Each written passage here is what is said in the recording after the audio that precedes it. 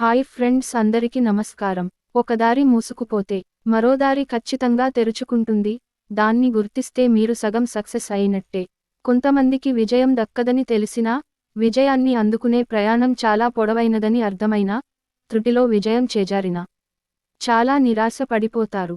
అలాంటి సమయంలోనే ఉత్తేజంగా ఉండాలి. ఉత్సాహంగా ముందుకు వెళ్ళాలి. విజయం దక్కే దారులు మూసుకుపోయినట్టు అనిపిస్తే నిరాశ, నిస్పృహల్లో కూరుకుపోవడం కాదు. ఒక దారి మూసిన దేవుడు ఖచ్చితంగా మీకోసం రెండో దారిని తెరిచే ఉంచుతాడు.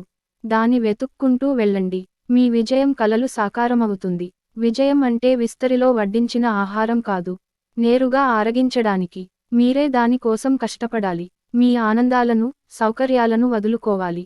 విజయం దక్కితే జీవితంలో అన్నీ మీ వెంటే వస్తాయి. మీరు సుఖాల వెంట పరిగెడితే విజేత అవ్వడం కష్టం. క్రమశిక్షణ, నిరంతర కృషి, దృఢ సంకల్పం, సాధించాలన్న పట్టుదల, ఫోకస్ ఇవి మాత్రమే మీలో ఉండాలి. నిరాశ, నిస్పృహలను బయటకి తోసేయండి. అందమైన, అద్భుతమైన మనస్తత్వాన్ని తెచ్చుకోండి. స్ఫూర్తిదాయకమైన వ్యక్తిత్వాన్ని అలవర్చుకోండి. విజయాన్ని అందుకోండి. అపజయం అదే జీవితానికి అంతం కాదు. ఆ అపజయాలను దాటుకుంటూ విజయ శిఖరాలను చేరుకోవాలని అర్థం. చేతికి నేరుగా అందే జామకాయ కన్నా అందని ద్రాక్ష పండే టేస్టీగా ఉంటుంది. అలాగే విజయం సులువుగా అందితే దాని విలువ మీకు ఎలా తెలుస్తుంది? అందుకే విజేత అవ్వాలంటే జీవితంలో ఎంతో కష్టపడాలి. నక్షత్రాలని చూడాలనుకుంటే తల ఎత్తి ఆకాశాన్ని చూడాలి, కానీ మెడ నొప్పి పెడుతుంది కదా అని నేలవైపుగా చూస్తే నక్షత్రాలు కనిపించవు. నొప్పిని భరిస్తూ ఉంటేనే నక్షత్రం మెరుపులను మీరు చూడగలరు. ఓటమి ఎదురవగానే దొర్లి దొర్లి ఏడ్చేయడం, పక్కవాళ్ల దగ్గరకు వెళ్లి ముక్కు చీదడం వంటి పనులు మానేయండి. అదే మీ విజయానికి మొదటి మెట్టు అనుకోండి. విఫలమైనప్పుడల్లా రెట్టింపు వేగంతో ముందుకు సాగండి. అంతేకానీ వెనక్కి తగ్గకండి. దారి మూసుకుపోయిందనే కన్నా కొత్త దారి ఉందేమో అని వెతుక్కోవడమే విజయంలో మొదటి పాఠం. వైఫల్యం నుంచి ఒక జీవిత పాఠాన్ని నేర్చుకోండి. ఎందుకంటే ఇలాంటి అనుభవాలే మీకు విజయ సోపానాలుగా మారుతాయి.